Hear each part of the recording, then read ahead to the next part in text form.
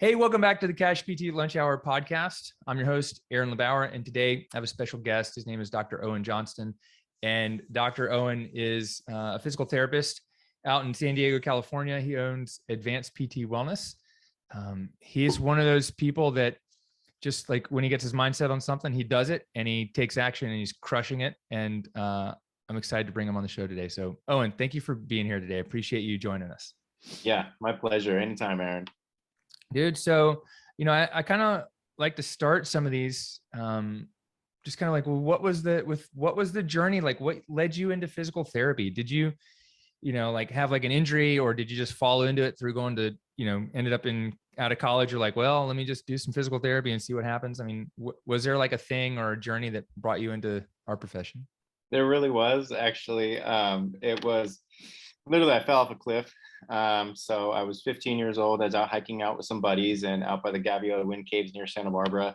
And we went off the trail a little bit, sort of a small incline, ended up turning into a big incline. Next thing you know, we're kind of scaling off the side of a cliff. We're like looking down. I'm like, hey, how'd this happen? And my buddy Chris is like, I don't know. I'm like, let's go back. And he's like, yeah, it's a good idea. So we start kind of scaling back the next direction, and I slipped and I skidded down sandstone. So it's like sandpaper. Literally, like my fingerprints were gone. My whole body was full of cuts and scrapes. I thought I was going to die. I fell about 45 feet and I hit my leg on a tree branch on the way down. It took most of the impact and literally complete fractured tib fib. My leg was sideways, and took hours for them to get me out of there. And then they helivaced me out and stuff. And I spent 6 months on crutches. And the greatest thing ever was when the doctor said, you can walk again. He's like, you can put full weight, you're full weight bearing, you can put weight on it, you can walk. And I was like, so I can walk. And he was like, yeah, you might want to bring one crutch with you. It was just like a medical doctor, not a PT. He's like, you might want to bring one crutch with you. He didn't even show me how to use it. So you might want to bring one crutch just because your leg's really atrophied. It looked like an ET leg. It was like pencil thin. He's like, you might want to bring that with you just in case your leg gets tired. My stepmom dropped me off at school, and she was like, you want to bring one crutch? And I'm like, nope, I'm walking. And I walked very slowly. But that was literally I felt like a kid on Christmas morning, like that I could just walk again after 6 months, and then let alone get back to playing sports. So that was six. So like you fell and it's like took 6 months for you to get back to walking. Yeah, basically they lined the bones up like this. Yeah. They didn't do any surgery or anything. They just got the bones touching. And so I have a full inch leg length discrepancy on my left side because of it. So I'm artificially short on the left. So that's why it took so long for the calcium to heal around the bones and stuff like that. So they didn't I guess tractioning it out would have been not, I guess it's something that happened in the injury that wasn't an option. Yeah, I'm sure they could do something that would actually work, but they didn't do that. So yeah. Wow. So so you're 15. So during that time, were you working with a physical therapist at all? So technically I was not working with a physical therapist. I just kind of woke up one day when I was 18 years old and I had this epiphany, like, I want to be a physical therapist, get into sports medicine. I was always an athlete my whole life. And then when I was able to walk again, get back to playing sports again, that was the greatest feeling ever. I felt like a kid on Christmas morning. So I basically looked at it like this. I said, I want to make good money, and PTs sounded like they made good money. I wanted to be able to live where I wanted to, and PTs were the largest and fastest growing field in America at the time. And then I wanted to give people the gift of feeling like a kid on Christmas morning again, AKA function. So that was basically killing 3 birds with one stone. I was like, cool, that's what I'm going to do. Didn't even know what PT was, didn't know the process was going to be. I was like, it's probably going to be a bachelor's degree or something. And then when I actually started going for it, they're like, no, it's a master's degree. And I was like, okay, let me do that then. And then during the course of that, it changed to a doctorate. And I was the first class of 2015. So I had to get the doctorate. And I was, sort of a long journey, but I just stuck to it no matter the setbacks. But I felt like Odysseus. Yeah. Like I just wanted to get back to Ithaca, and they just kept giving me challenges, more time. And then finally I made it home and became a PT. Yeah, that's great. What kills you makes you stronger, or what doesn't kill you makes you stronger is the thought that I'm having. It's like, yeah, all those trials, right, make you the person you are. So, and so you graduate PT school. Were you just like, all right, I'm going to start a business, or you're like, this time to get a job, let me go do X, Y, and Z? What I feel happened like there? I was every single new grad, and actually I want to help new grads because of this reason. I felt like every like 99% of new grads get out and go, I want to work outpatient ortho. So Mhm. that's exactly what I did. I went and worked at an outpatient orthopedic clinic and saw 20 to 30 patients a day and burnt myself out within 2 years. Yeah, that's crazy. What was there something that like what was the feeling you had or the thing that changed for you that you were like, okay, I can't do this any longer. I have to get out of outpatient ortho or do something different. Oh, Yeah. okay, yeah. So I was literally brainwashing myself every single day. I'd wake up every morning and say, "This is my dream job. This is what I want to do. I get to help people, and I love manual therapy. This is my dream job." If it weren't for the paperwork, if it weren't for the 2 hours of charting that I had to do on my own time every single day, I'd show up 2 hours before work to get caught up on notes, and I was getting like 70K a year. After a while, I started thinking, you know what? A dream job doesn't have buts. A dream job isn't it's my dream job, but if it weren't for this and that and this and that, it's like, no, a dream job is your dream, and it's you get to do what you want to do on your own time, and it brings endless fruits of your labor, and you get to help people the way you want to help them, not the way someone says it's you're supposed to. Yeah. Yeah. So what was missing? Was it just the lack of doing paperwork, or was there like something else that was just kind of like, if you're looking back now and going, okay, this thing was missing, like what was it? And could you have added it to that job, or was it not possible to have it in that It was situation? not possible to have it in that job, but I have it now. But it Mhm. made me switch over to home health for 5 years. Yeah. Basically, so I mean, currently I see a home health schedule in an outpatient setting. So I got to fuse the best of both worlds, because that's what I was looking for in the home Mhm. health industry, was seeing like 3 to 5 patients a day, and that's what I was able to do, but it was not what I was necessarily passionate about, and I had to brainwash myself every single day too, to because psychologically I was able to do it. It was feasible, and wasn't burning me out, and I was able to do it. Um, but like I said, I had to brainwash myself for the self-satisfaction or self-gratification, or tell myself that I was helping people just in a different way than what I was passionate about. Mhm. Yeah. So you did home, and then you did home health for 5 years, right? Yeah. Okay. And what part of, so where you're in Southern California, and you did like, where were you living at this time? So I was living in Vista, California, which is like a little bit north of San Diego. Yeah. And then, so you're living there, you're doing home health.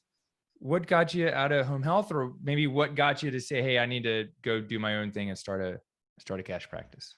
Yeah, so I worked in home health for a year in Lompoc, and that's where I was out of PT school. Then I moved to Vista, and I did for 4 years. I worked for Kaiser Home Health, and they basically have the best of everything. They call them the golden handcuffs because they pay the best, they have the best benefits, they have the best vacation, and it was cool for a number of years. But then everything just got crazy with everything, and then they started like dictating how I could treat the patient rather than what the patient deserved. And the HMO model is a little bit different than the for-profit model. Basically, they have their money and they're like, see the patient as little as possible, save as much money as you possibly can. And when it kind of really started getting down to it, they were like, do virtual visits. And I was like, what? Do virtual visits? Like, I'm a physical therapist, and I put my hands on people and I assist them, and I teach people how to assist them. And so I finally said this. They were really like pushing this agenda of doing virtual visits, and I said, okay, I'll make you a deal. I'll do virtual visits if you provide me with an entire studio that has every single piece of durable medical equipment, every walker, every commode, every shower chair, everything. And you give me an assistant so that I can strap a gait belt on and I can physically show the caregivers how to assist the quote unquote patient, aka my assistant, how to do toilet transfers, how to do card transfers, how to do shower transfers, and how to walk with certain walkers or canes and stuff like that. And they looked at me blankly and said, okay, fine, just go see the patient.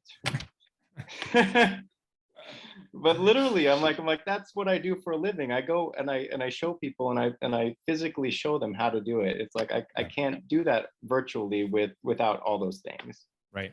Right. That's crazy. So, so it was about, so we've been working together for about what, 8 or 9 months, since like last October, November, right?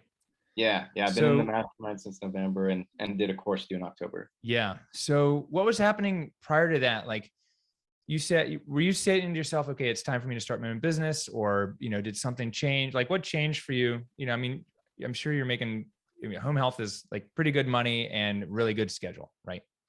Yeah. I was making like 130K a year. I was seeing 3 to 5 patients a day, and I had 30 days paid vacation a year, and I had Dude, a that sounds like a 401k. dream. That's dope. That's what every PT is looking for out of PT school: 6 figures and Yeah. security and retirement. And I had a $3,000 Con Ed budget. And I mean, like I said, they call it the golden handcuffs because you're stuck. They got you. They got you locked in. But it came to a point of just like moral, ethical, maybe even spiritual beliefs when it came down to that point. It was just like, I can't do this anymore because they want me to do all this stuff. We started losing our autonomy as physical therapists to be able to treat the patients that we want to. We started losing autonomy, basically all basic human autonomies, not just as a professional, but for dignity too, I felt like. So I was just like, just the roads parted. And I Yep. was like, I just can't be a part of this anymore. Um, and then everything kind of, I actually came up with some ideas in my head. And I at first started thinking about, okay, how can I make the most money as a PT? And I was like, well, I could be a travel PT. And I was like, but I could cut out the middleman and not have a travel agency take a cut of my pay. I could be the travel agency and the physical Mm-hmm. therapist that staffs it. So like, that's what I was thinking at first. That's why my LLC is Advanced Travel Health LLC. And then one thing kind of led to another. And these people that owned a gym and a chiropractor that my wife and I both see, she was like, hey, you should rent a space out here. Like, they'd love to have you. So I said, okay, let me look into that. And I got interviewed by the guys, and they loved me. And they're like, yeah, come on in. And I was like, all right, let's give it a go. Yeah. And then I talked to a guy named Dr. Robert Snow, who owns multiple clinics here in San Diego. Now he owns clinics in Utah. And he said, hey, well, if you're looking at doing cash PT, he's like, look up Aaron LeBauer. And Oh, nice. I was like, all right, I'll check him out. And he's like, yeah, I'd recommend that. So I went on your Facebook page, Facebook group, and added to it. And then, and also too, at the same time, I ordered your book, and then got an email by you. And I was reading your book, and I was also reading the F Insurance book by Danny Mattei. And I was reading them both at the same time. And then you sent me an email, and kind of one thing led to another. Literally, I followed all the steps that you talked about at the last mastermind retreat. I bought the book. I started reading the book. I got in your Facebook group, and then I responded to one of your lead magnets. And then I went into the lead magnet, and then I learned about how you could help me. And then I took a course. And then after the course, you're like, you should join my mastermind. And I was like, I would be stupid not to, with all the results I've gotten from this course. And here we are. Yeah, dude, that's awesome. I love that. Yeah, you followed you followed the value ladder close to the Yes. T, which is killer. And it's kind of, and I was saying at the last mastermind retreat, like that's generally rare. Like when I go look, people are entering at all stages, but it was part of that lesson of, just for context for people listening, that you build a value ladder, but don't expect it to work the way you think it's going to work. Just let people come in different stages. But there are few people that show up and hit every single step. But dude, that's so awesome. I'm super stoked. So we did, so tell me, so you pretty much started your practice, like when did you incorporate? Was it basically in October as well, or was it a little bit before that? Yeah. So I was no longer employed by Kaiser. I don't even know. It got a little bit weird towards the end there. They're like, well, we're gonna put you on unpaid admin leave if you don't do what we tell you to do. And I was just like, isn't that the same as firing me? And so I was just Unpaid like, admin leave. yeah, it was like this weird nonsense. I had an attorney at the time, and paid a lot of money in legal fees just to have my hand held during the whole thing. And after a while, I was like, you know what, this just isn't worth it. I don't want to have to like censor my speech. I don't want to have to do this. I don't want to have to do that. I want to be me, and I want to be able to grow for that reason. So I was just like, I'm going to start this cash PT practice. And I threw it together in 2 weeks. When you don't have an income, your mind starts working differently. Luckily, I had probably about 8 to 10 month expense cushion under me, so that's what gave me the kind of the what's the term? the stoicism, probably. Like, I wasn't attached to it emotionally. I was like, I got eight months of expenses, I'm good. Most people live paycheck to paycheck, even working for Kaiser. So their fear led them to doing what Kaiser wanted them to do, virtual visits and everything else. So I literally threw the business together in 2 weeks. I called my old employer. We're still friends. I work for him sometimes on the Central Coast and do outpatient for him. And he gave me some legal forms, gave me some advice, said, cool. I threw the business together in 2 weeks and then started seeing my first couple patients. And during that first week, I just finished up with your book.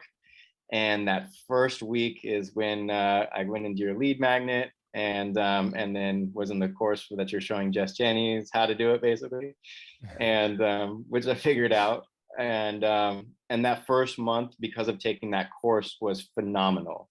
The way I was doing it, like I said, 2 weeks in, and I was giving away free initial evaluations and not getting too many people in. I started following the advice of the Cash PT Blueprint, the book, and then also too, you were pushing us in the class to do some great things. And do you mind if I share like numbers of go how much ahead. it Yeah, costs please or do. anything? Okay. So I know without a doubt that I would have only made $800 to $1,000 with the way I was going. I was doing free initial evaluations. I was doing follow-up appointments for half-hour blocks and only charging like $33. If I added it up to what I was doing, I would have made less than 1,000. I know that for sure. Reading the Cash PT Blueprint and then being in your class, you're like, go do this, go do that, go do community events, go do these raffles, go do this. And I won the first challenge in the class, and because it was a reactivate old patient challenge. And you were like, well, I was like, I don't have any patients. And you were like, well, then you do a new patient challenge. And I was like, okay. So I did that, sold the packages. I was like deer in the headlights. I was like, packages, what? For like $1,000 or more. And I did it. And Do you remember how much you made that first week? Yeah, I don't remember what I made the first week. Yeah. But that first month, and I was in that course that first month, I made over $7,500. So the initial investment into the class was, it was $2,500. I basically tripled my investment, 300% improvement. And like I said, after getting that progress, after getting those gains, I saw the value in everything you are and what you stand for and how you can help people. And that's why I said, people are like, so what made you take the plunge by joining the mastermind? I was like, what plunge? Like, I was looking around. I wasn't looking at jumping off a cliff. I was looking at flying to the heavens with the progress that we made this past year. Yeah, that's awesome, dude. You know, I think it's I think one of the things that I see in you when you say these things is that the perspective you were coming from, or the perspective you were looking at this was, this is going to help me and elevate me, versus like it's going to be a risk and I'm going to lose something out of it, right? Which I think is that mindset is easy for people to get into. But does that make sense and resonate with you? Yeah, I believe so, because that's what everyone looks at, like cost benefit or cost risk analysis and stuff like that. And like how did you look, like, was there something that you've done that's kind of prepared you for this, where you're like, now that I look at this, I see like going forward is only about going up rather than I might drop off the cliff, Well, I mean, I do undergo like kind of like imposter syndrome. I have other like crabs in the bucket trying to pull me down. Mm-hmm. My whole life has changed. It's not been an easy road for sure. I mean, yeah, sure. I'm kind of like telling the vacation, but I mean, it hasn't been easy. There are times where I do doubt myself, where I do like, oh no, I have $3,000 a month in rent now instead of $800 a month in renting my space out of the gym. Or it's like, am I going to have enough patients come through? Or like you were talking about the risk of either a course or like the mastermind. I after taking that course, I've never had a feeling of risk that you're going to help my dreams come true and basically take me to the moon as far as income and everything else. So there's no doubts on you, what you can do for me. Thank you. How you can help me. But Appreciate there's doubts of me on me. Right. So it's like, those are the things that I get to overcome every day. And it's through like a rock solid morning routine, self-development, even your mastermind retreats, I consider self-development, retreat course. And then I also go to other ones on top of that. I listen to motivational speeches and stuff like we were talking about Eric Thomas.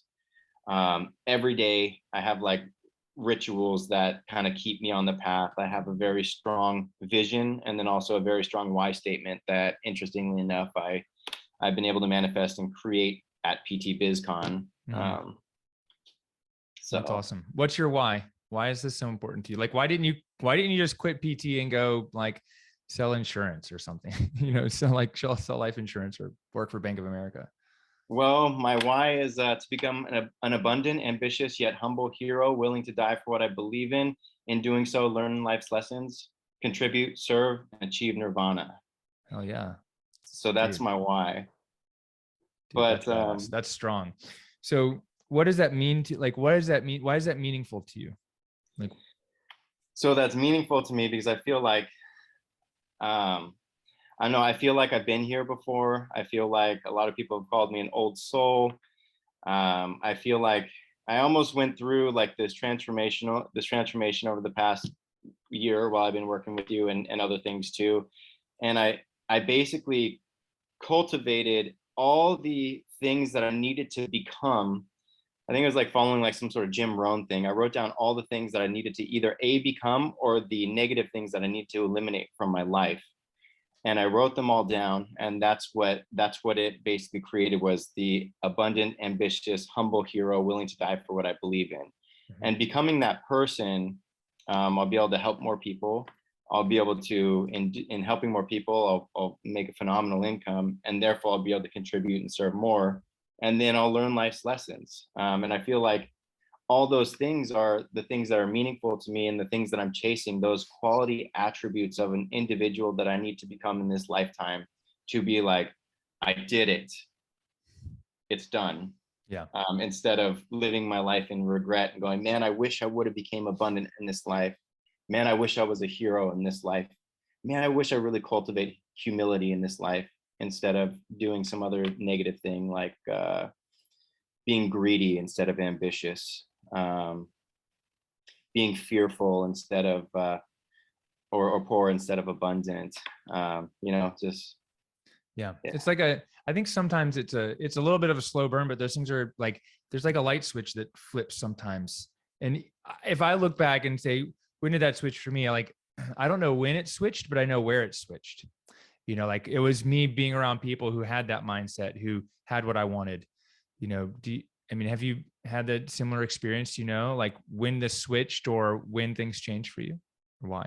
Yeah. So when this switched, well, luckily, my wife, she was fiance at the time, Jen, she had been preparing me to be an entrepreneur since day one of us dating. We've been together for over 2 years now, and she had been running an online business. She's a physical therapist, but she does natural healthy living, sells doTERRA full time, and she loves it. That's her passion. So she was already doing like these exercises that you have us do at the mastermind retreats, like pretend like you're waking up in the morning, like where are you? Who are you next to? What do you smell first thing? When you put your feet on the ground, what is it? I'm like, it's heated tile. Heated tile. So she was already doing all these visionary exercises with me, and then she got me into reading more books, and I started reading more books and got me into, just by living by example. She lived a very healthy lifestyle, and I was already living a healthy lifestyle, and she made me a better person, a better version of me by my own choice, of course. And then so that's when the gears started turning. But when that thing flipped was basically when I was at the crossroads, and basically, how do you get out of jail? The jailer takes the handcuffs off you. So the golden handcuffs were removed. And I said, this is what I'm going to do. And I'm going to figure it out.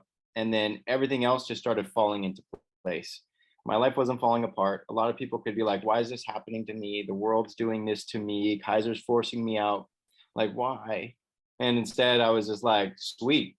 Let's do some bigger and better things. And then at that point, that's when all of the crabs in the bucket like walked out of my life. They were like, they stopped talking to me, or they were so negative about what I was doing that I was just like, I don't want to be around you. You're telling me I'm going to fail all the time.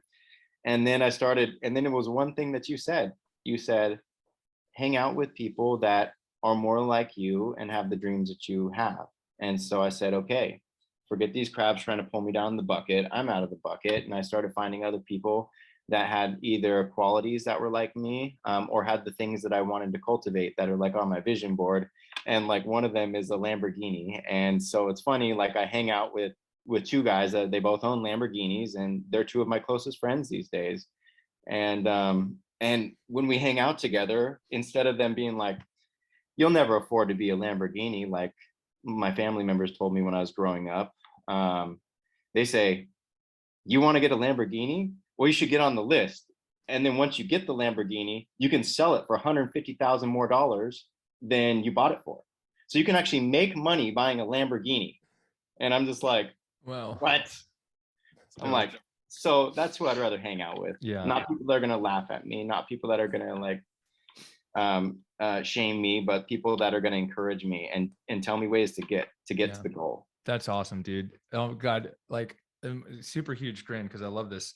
Because I've got a 1967 Porsche on my vision board. You know, it's like it's still got the original paint, but it's got the upgraded wheels. And it's almost like I don't care what the engine is. It's just got to be functional. But like I know how I want it, with like some of the modern upgrades mechanically, but I want it all like original, the black leather interior, like the things, right? What else is on your vision? But my Porsche may not beat your Lamborghini because it's going to be 50 years old by the time it shows up in my garage. But all good. Teslas beat them all anyways. I know. Like literally these guys that have the Lamborghinis, they're like, I love the Lambo, but man, like driving the Tesla is like, they're like, it's like driving in a video game. It's faster. I know. They got the plaid mode Teslas and stuff. Wow. So, but anyways, a dream car is because it's that image. But, yeah. What else I want to know what else is on your vision board? So a guy doing a one-arm handstand, this guy named, I think he's like Paul 8 upside down on Instagram. And he also has 2 kids in the picture. So achieving the one-arm handstand for more than 15 to 30 seconds, at least. I can do one for a couple seconds, but I think 15 to 30 seconds is good, at least at minimum. And then also to have the 2 kids in there. One's a boy, one's a girl. So I want 2 kids. So that's on the vision board. Also to my dream house, it looks kind of like Tony Stark's mansion. And, a picture of myself actually he's my friend and he's also the landlord of our brick and mortar. I have a picture of myself in his Lamborghini because Bob Proctor said, get a picture with you in the car next to the house. And then so I look at that. And then lastly, I have a picture frame that has $1 million in savings for liquid capital. Dr. DeMartini talks about that.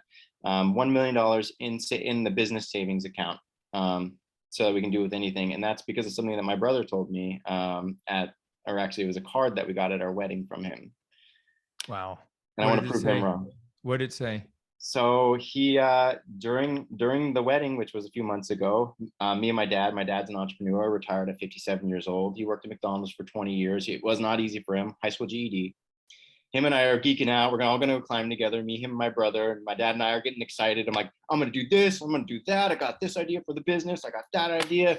My business coach helped me with this. Aaron's doing this in my life and like all that stuff. My dad's like, yeah. All right, cool. Yeah. Oh, this mastermind thing sounds amazing. I wish I was in a mastermind when I was younger. He's like, I don't even think they had those things. And then my brother Eric's sitting in the back and he's like, well, not everyone wants to spend an hour of their day programming their mind with like motivational speakers like you, or don't want to do the work. The percentage of small businesses that fail are like 98%. So it's just pure statistics that you're going to fail, basically. Or maybe you're doing so well because you have a medical thing, and that's probably the reason why, but it's definitely not any of the things that you're doing. And so the card that he gave us for our wedding, it had a crumpled up $1 bill, the most crumpled up $1 bill. And it says, here's the first dollar to your millions. Good luck. So that's why there's the picture frame in my vision board with the crumpled up dollar bill, and then the million in the savings, because savings is higher on my value list because of Dr. DeMartini. Dude, that's motivating. Yeah. That's so good.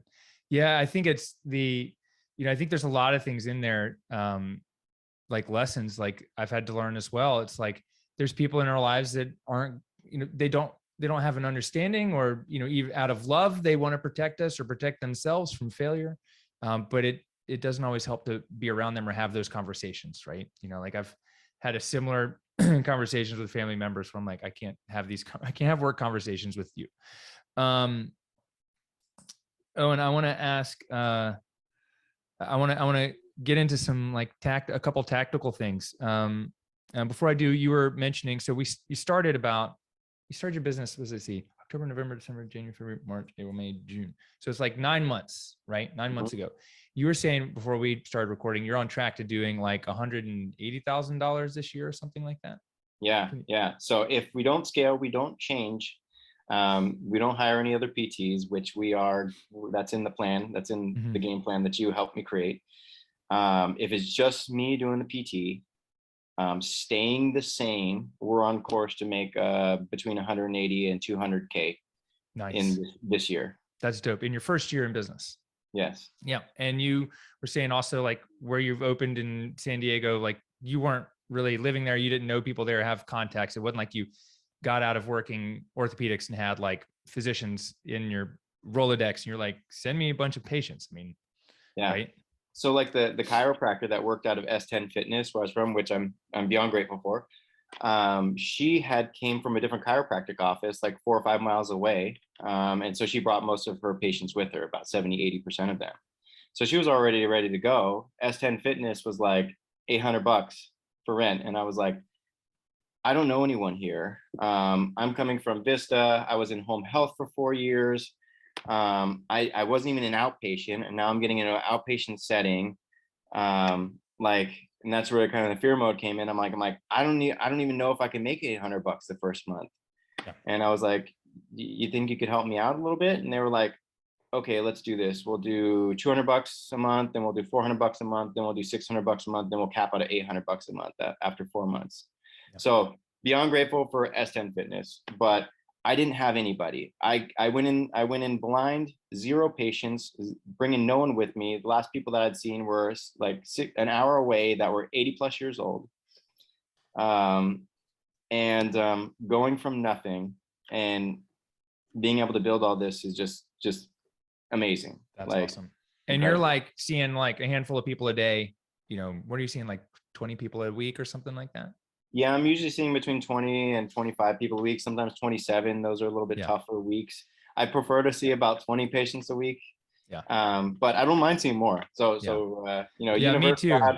Keep sending them my way, but send more. But like when I saw like 26 people a week, I was just kind of like, I'm tired. Like that was a hard work week. Like 18 was like, oh dude, I could do this all the time and ride my bike, work out, do all the things. So I think the big question that I have, but I know a lot of people listening want to know, and a lot of people ask this, they asked this in my free group, the Cash PT Nation. People ask this, even in Platinum Mastermind, someone asked this the other day, like, what were the best things you did to build your practice from the beginning? So Owen, can you what were the things that you did in that first 30 days to get traction? And, I think you said you'd made $7,500 your first month, and before that, you were on track to making 800 and maybe paying that rent. So what were the things that you did in that first 30 days that helped you really get off the ground and become successful? So it was stuff from, obviously it's your 3 rules, of course, being quick to act, being quick to ask for help, being quick to share your wins and lessons. When you said that that's what we had to do in the course. I said, okay, I'm not very good at asking for help. I'm not very good at being quick to necessarily share. And that kind of gave me analysis paralysis. And I'm like, no, be quick to act. So be quick to act, for sure. So if I could say like the golden rule, just be quick to act. Like you say, 80% is good enough. But so here's like maybe the 3 main things other than those things. So those things are kind of a construct. You just do them.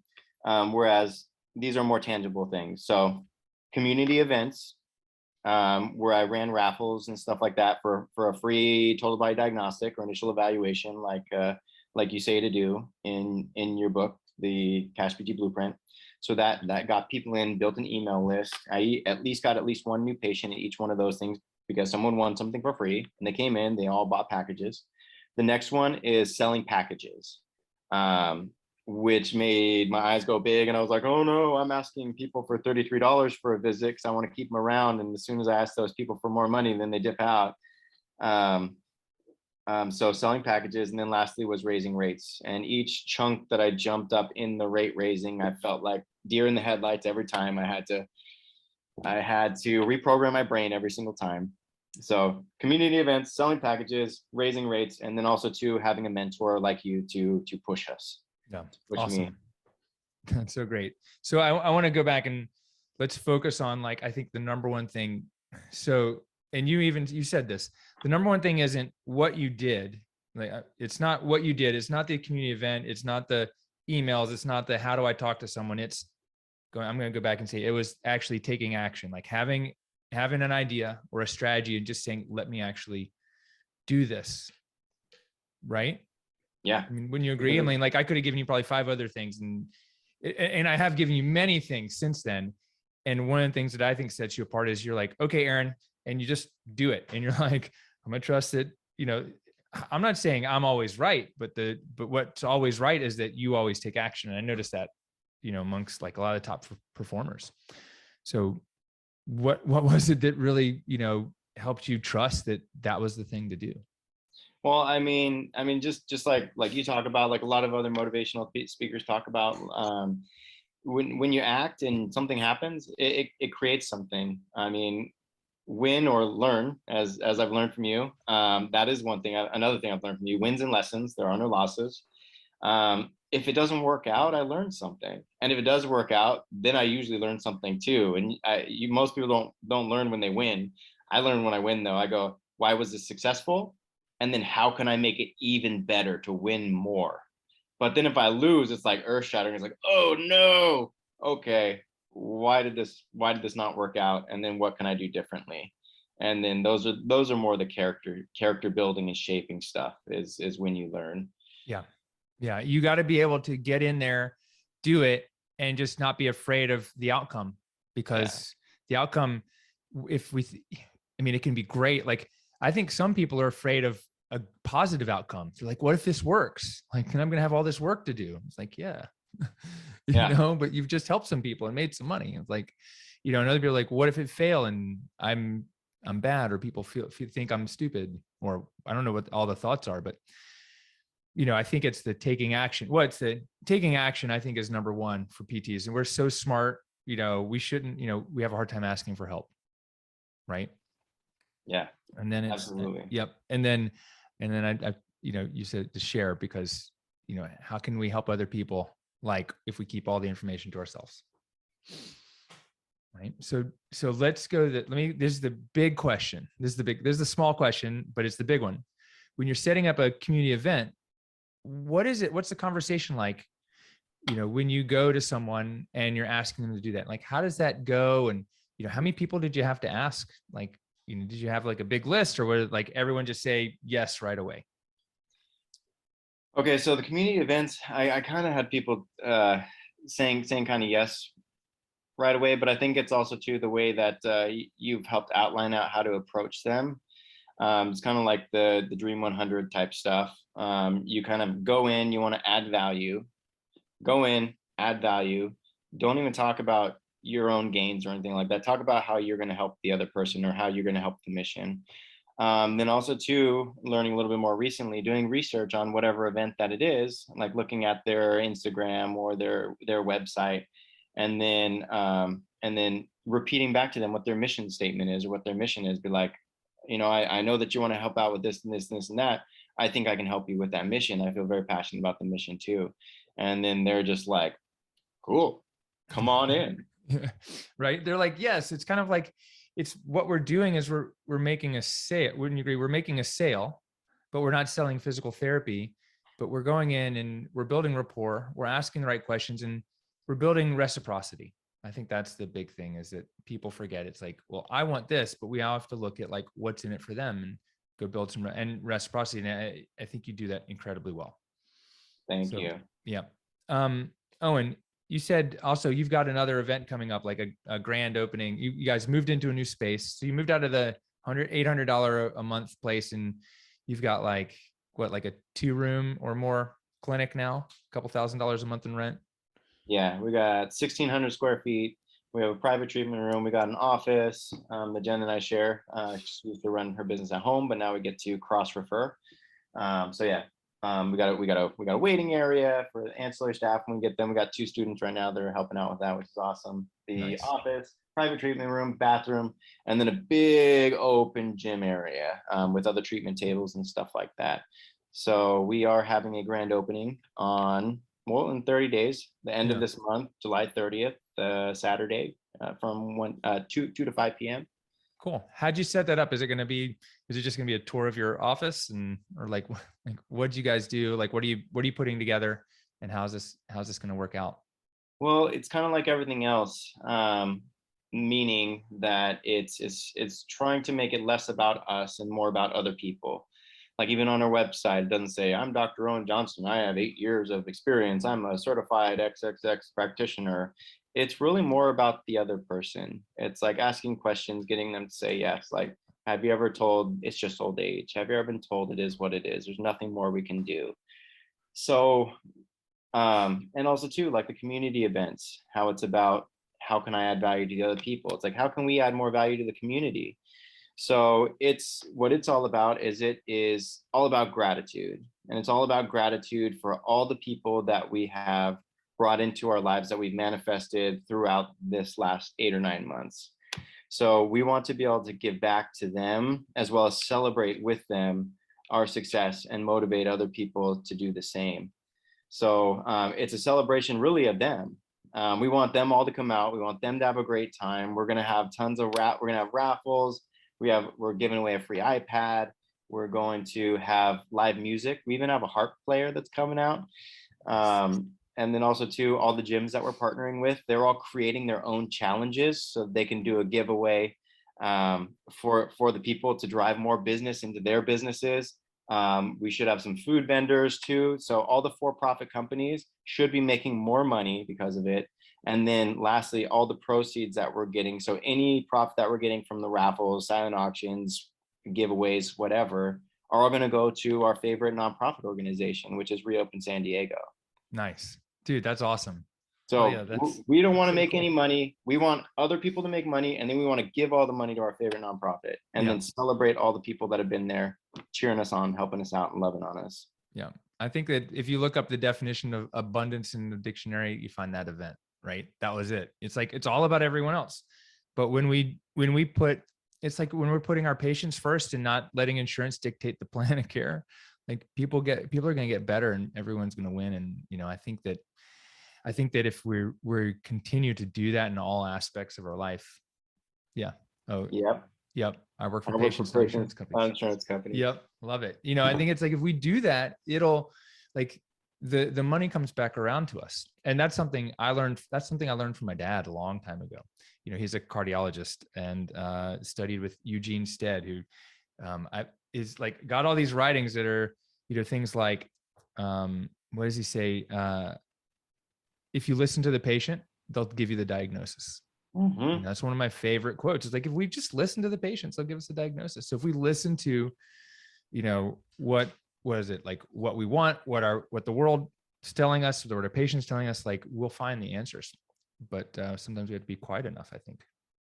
We do. And I notice that in my own practice quite often. And I try to tell a lot of people that when the patients go, man, you know me, exactly what's going on with me. I'm like, well, I feel like I'm the only person that like listened and, like you say, touched them where they hurt. They've never been touched where they hurt. They've never been listened to actively. And the practitioner comes up with some other nonsense in their head that's not what's wrong with them. And then we get to do that. But not only that, you taught me how to not only hear the diagnosis, you taught me how to connect with people and hear what they're really looking for, what their dreams are, and then how I can help them get there. Yeah. It's more the subjective part of the evaluation. It's really interesting. Yeah. Isn't it? That's, and I didn't get into this thinking that was something that people were going to learn. I was like, let me just show you how to run the marketing campaigns and emails and those kinds of things. But it's pretty, hearing that makes me feel really good. So thank you for, I'm like that's a byproduct. Like, it was never my intention. And that's really awesome. I think, let me ask this question. Where do you see yourself in 5 years? What's your 5-year plan? Do you know? Yeah. So in 5 years, we will probably have another clinic open up. That's definitely on the agenda for next year. Kind of similar like Ben Baggy. Definitely we're gonna have two clinics for sure. But also too, I want to create some sort of currently I want to create some sort of online business where I can help new grads not go through the stuff that I went through. Just kind of tips and tricks and stuff like that. Not necessarily create your own business, but help them not be so frustrated and disappointed and discontent with, I mean, when they're dealing with like patients from like work comp or motor vehicle accidents, stuff like that, where they it's confusing as a new clinician. It's Mhm. confusing to get out there and actually have confidence in your own skills. So I would like to give them that skill set. So there will be some sort of kind of online program for that. And also too, I really have for some reason a passion to help people with relationships, like manifesting their ideal partner. And then also too, after they find them, what does that look like? What work do they get to do to maintain that for the rest of their life? For some reason, that's a passion project of mine too, kind of a side note. Yeah, that's awesome. What do you need to do to make those things happen? Like Um, what's on the horizon? What's left? What needs to happen? so it needs to happen. We definitely need to continue on with the mission with this brick and mortar location. We need to hire 2 to 3 other PTs. We get to hire an ancillary staff. Then we get to move up a little bit closer to my parents. Start having the kids, and then open up another location there once this business is a true business, and we can just check in with them, make sure it's going good. Open up a new clinic, get that up and running a lot smoother, a lot faster, because now I have all the things that you taught me and all the tools to equip me with that, plus some. And then I also get to start being a clinical instructor, start talking to universities, start helping out first year PTs, building that audience. And also too, as a byproduct of it, I'll be able to follow my dreams of helping out relationships, because I talk to all my patients, I talk to all the people that I coordinate with, and they're like, how do you and Jen have such a great relationship? Like you guys are like next level. Like you guys can talk about things that people are afraid to talk about. It's like, okay, well, it's not that easy. It's a lot of work. So we already have people kind of asking us about that, and I feel like that's one thing that a lot of people are missing, or that is that connection, because like the divorce rate's so high that that's just going to happen naturally. I feel Mhm. like, anyways. I don't have an agenda for that one, but then again, that one's the passion project. So Yeah. Yeah, that's awesome. Um, if I was gonna ask, like, when's the Lamborghini coming? You know, it's like, do you know? Like, is it? I mean, is that gonna come like once you get that million in the bank, or do you know, like, all right, when I get this, like, that's gonna be the reward? And so there's that question. And then what's between here and there? Like, what are the yeah. rewards between here and there? I would say that well, first of all, first reward is to take a vacation. So once Yeah. we get this clinic up and running, we want to go take a vacation for about 3 weeks. Um, and then after that, I would say the Lamborghini comes into place when we're able to, within the next like year or two. Um, and that is going to be with the basis on like my landlord Adam, the guy that has one, the guy that owns this building I'm in right now. He's like I had dinner with him the other night, and he's like, hey, I was like, what does it take to get on the list? And he's like, it only costs you a $20,000 down payment. He's like, you want to get on the list? I can help you get on the list right now. And I'm just like, right now is not a good time, Right. but it will be in the future. So once we have Yeah. that financial cushion, and we'll figure out a way to probably finance it and get on that list with 10-20 grand down payment, which is pretty easy to do. Yeah. And the financing comes after that. And then, to be completely honest, I'll probably drive it around for a little bit and sell it for 150,000 more than I bought it for, and Get then on the list again. use that as down payment for the next one. Yeah, that's dope. That's so awesome.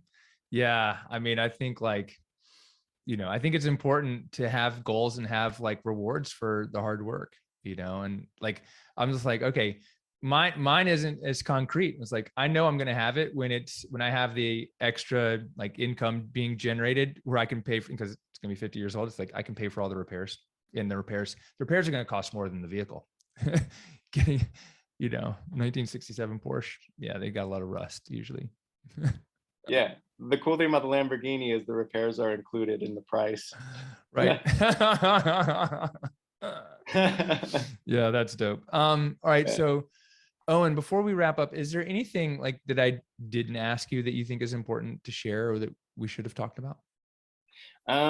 Well, I think you talked about kind of like where people can find me. Yeah. Want me to like share that stuff? Yeah. Go ahead and like share, like if someone wants to follow you on Instagram or, check out your website, where should they go? For sure. So Instagram would be advanced PT wellness.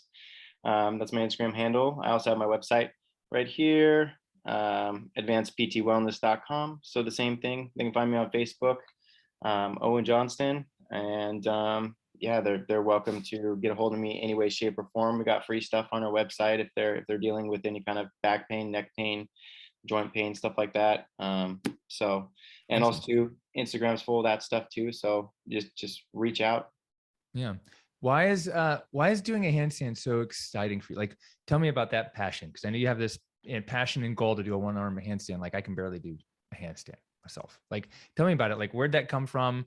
Why does that feel like, like what feels so good about it? What was it? Why is it so, like, why is that your thing? Like, tell me. Yeah. So it all started with, I mean, literally I figured it out the other day and it's a YouTube algorithm thing. But I was a skateboarder growing up. I was an athlete, and I feel like it has something to do with my wanting to perform, doing tricks and like trick skateboarding. Like literally, I've been told that like calisthenics or hand balancing is like trick working out. So you're in great shape, but you can also do all these cool things. So when I was in PT school, it's a really long story. Basically, I saw a dude doing handstand push-ups against a wall in a jail cell for shoulder strength, and I was like, oh, I can lift over my body weight over my head, overhead press. And I went to go try and do it against the wall, and I couldn't do it. So I looked up a YouTube video on how to do it, and next thing I know, I'm down this rabbit hole of hand balancing and want to do handstand push-ups against the wall. And then once I did 10 of those, and I want to do it away from the wall, and then the goals just kept stacking on top of that till now, where it's like I want a one-arm handstand. Yeah, nice. Can you do was it like a planche? Is that where your arms are like way back beside you or something like that? Yeah. So I can do a straddle planche, and that's what I tagged you in the other day. Yeah. That was a straddle planche. I can't do a full planche with my legs together, but maybe one day I'll be able to get that. Yeah, those are so hard. I'm 6'3". Like I've worked on like some rings and like the parallettes for a little while a few years ago before I got more into doing more kettlebells more. And it was great workout, but incredibly hard. But it's awesome. I think what's great about it is that you've got to challenge physically, mentally, business wise, like everything. It's like, we got to challenge ourselves to keep pushing and growing and improving. Right. Absolutely. Everything. Dude. I mean, even in your book, it says that. Yeah. It says like, move your body. You're a physical therapist. Like you tell your people to exercise, you better be exercising too. Now, I had to kind of decrease it a little bit to a maintenance dose for a while. 3 days a week instead of 5 or 6 days a week, but it's totally cool. I still move my body. Yeah. Stay healthy. Oh yeah, dude. That's so awesome. Man, I appreciate you coming on. Like, I feel like I'd just keep hanging out with you and asking some more questions, but we actually have to end up and wrap up the shows eventually. So dude, I'm super stoked for your success. I'm super excited to see like what the next few years bring. And it's like, I don't know, it was great. It's been great working with you and meeting you and Jen. And I'm just super stoked to have you here. So thanks, man. I appreciate you so much. Me too. My pleasure. Oh, I forgot one thing. Yep. One thing to get everywhere. Sign up for year 2 of the mastermind come this November. Oh, that's one thing I forgot to mention. Because I gotta keep doing that. Awesome. Well, rock and roll, man. Owen, thank you so much for being here. Hey guys, thanks for listening to the show today. I hope you got some good nugget out of this, and would absolutely love to know what your big takeaway was. So take a screenshot of the show, or just tag me up on Instagram, tag Dr. Owen, and we'll reshare you. And it'll just be really helpful to know like what's helped you, what results have you got out of just listening to the show, and where you're heading in the next few years. So thanks a lot. See you on the next episode.